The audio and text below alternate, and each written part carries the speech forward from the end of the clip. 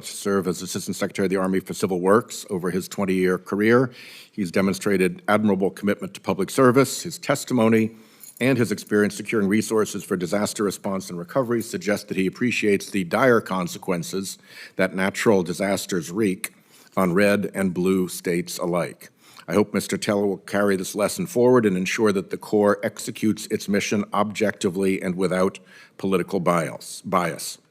I will also support Sean McMaster to lead the Federal Highways Administration. First off, I appreciate DOT moving expeditiously to obligate funds to hundreds of previously awarded discretionary grants. As I've said, I don't think the grants ever should have been paused or frozen. But on the other hand, the previous administration should also not have left thousands of awarded but unobligated grants. One unresolved item is the National Electric Vehicle Infrastructure Program created in our bipartisan infrastructure bill, which remains frozen. DOT has assured my staff that draft guidance for NEVI will be released in 2 weeks.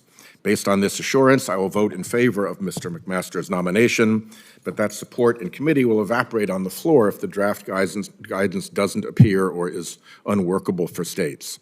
I am trusting at this point. Progress like this is key to Democratic support for a highway bill next year, so I'm doubly happy to see steps going in the right direction. Lastly, on John Busterud, I will vote no. When we heard from these nominees on May 14th, I warned that EPA was a mess. It remains a mess. Administrator Zeldin continues his brazen, polluter-driven assault on clean air, clean water, and a safe climate. He has made it his mission to blockade illegally congressionally authorized and appropriated funding. His performance has utterly belied his promise of being responsive to Congress. The Environmental Protection Agency has become the Polluter Protection Agency and a swamp of corruption. Whatever this individual's personal merits, I cannot support this nominee for an agency so dishonorably in the service of polluting interests. Word about the Republican Reconciliation Bill. Last week, the EPW title was released. Unfortunately, it included a raft of rescissions, a repeal of EPA's emission standards for cars and light trucks, a pay-to-play scheme to expedite permitting, and a 10-year suspension of a fee on excess methane emissions, much of it in violation of reconciliation rules. None of this is good, but let me focus on the methane fee. Methane is responsible for up to 30% of the warming we've observed. Fossil fuel production and transport are among the worst sources of methane emissions. Eliminating those methane emissions should be easy. It is true low-hanging fruit. Methane is natural gas. It's product. Producers capturing their leaked methane would have more product to sell.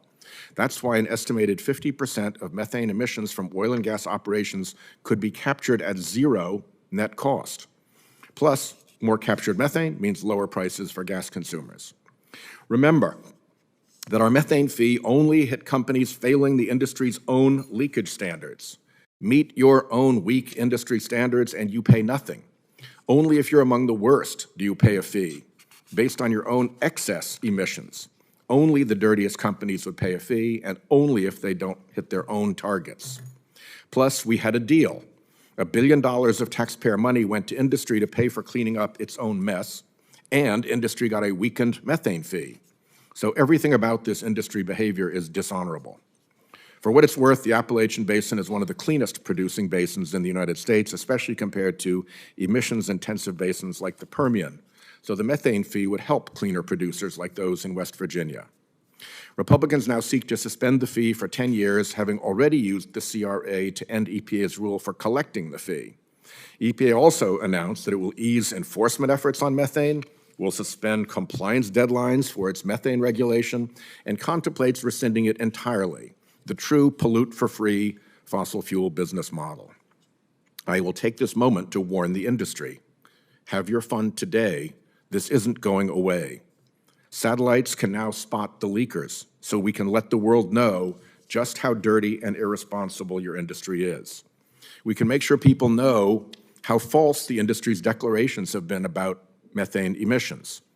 We can make sure that the public understands the cost of your methane leakage, the cost in higher insurance premiums, higher grocery prices, higher electric bills, and reduced air quality. For instance, from Canadian wildfires again burning out of control. We can make sure people know you wouldn't even enforce your own weak industry standards. The industry has in recent months shown its true colors, and we will remember. Persistent industry corruption of the political process has brought us to this era of climate consequences. And the Trump administration's crawling servitude to fossil fuel polluters will only worsen those consequences. And as those consequences come to pass, there will also come a reckoning. Thank you, Chairman. Thank you, Senator Whitehouse. And at this time, I'll ask senators to hold their remarks on the nominees